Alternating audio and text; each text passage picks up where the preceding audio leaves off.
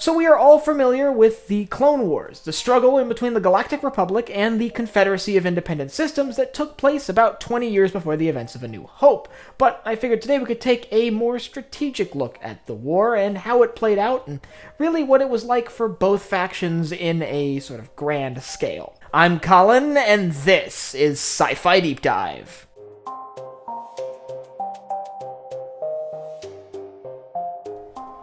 Remember, if you enjoyed this video, to head down below and hit that subscribe button. Now, the Clone Wars is often painted a little bit too simplistically, at least for my tastes. After all, it was a very complicated war in between two very unique and different factions. The Clone Wars is often seen as a proper war in between two evenly matched opponents, but in reality, it was very different from that.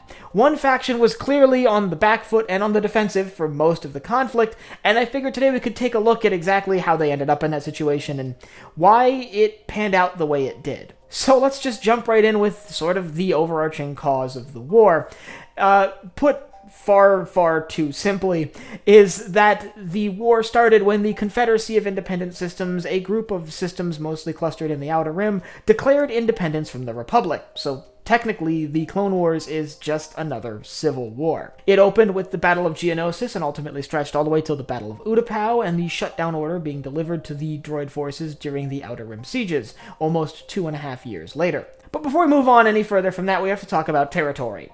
The Republic generally controlled most of the galaxy. Before the outbreak of the war, the only territories that they really didn't officially control was Hutt space, and with the outbreak of the war, that didn't really change quite as much as one might think. While the Separatists were very prevalent, they really ultimately only had a few sections of the Outer Rim under their control, with some of the planets that attempted to join the CIS actually failing to break away from the Republic at all. But due to the nature of this and the sort of separatist situation, much of the war put the Confederacy of Independent Systems on the defensive. We often hear about separatist offensives and their attempts to sort of dethrone the Republic, including things like their Hail Mary attack on Coruscant during the later days of the war. But that really wasn't the norm. Ultimately, a lot of it was the Separatists would sort of claim the planets that declared independence, and the Republic was attempting to simply move into those areas and reestablish control of that territory. As such, a lot of the fighting saw the Separatists actually defending against Republic invasions, which was far more common, and we do see this occasionally on screen.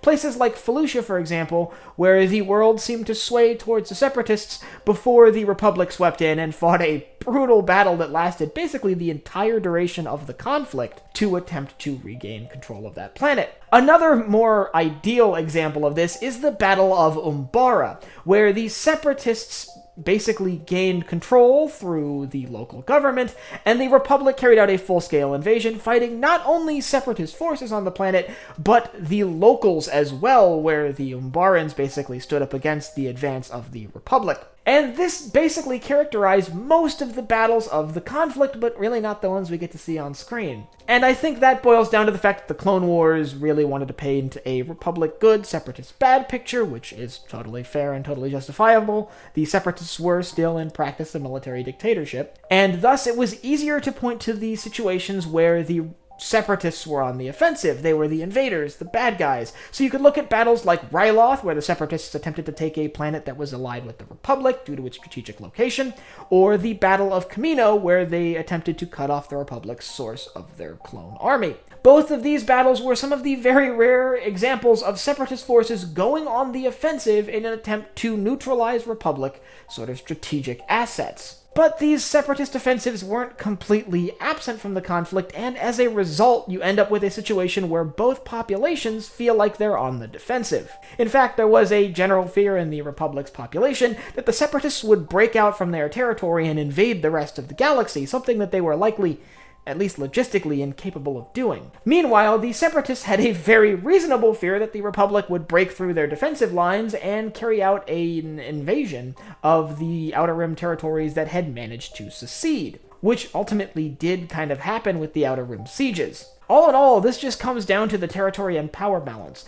Well, the Separatists did manage to field an impressively large droid military. Their units individually were less capable than the individual units of the Republic's clone army, the Grand Army of the Republic. As it's said plenty of times in Star Wars, one clone trooper is equal to hundreds of battle droids on the battlefield, mostly due to the fact that the battle droid's programming seems to be woefully ineffective in combat. This meant that Republic military forces were just more functional in a combat sense than those deployed by the Confederacy of Independent Systems. And as a result, the CIS struggled in even their defensive role over their small amount of territory, a role that they eventually failed at. And with the collapse of the Confederacy of Independent Systems and the end of the Clone Wars came the rise of the Empire, which the entire galaxy, both Separatist and Republic, had to deal with. And if you'd like to learn about how the citizens of the galaxy responded to the rise of the Empire, I'll leave a link up here to my video on that.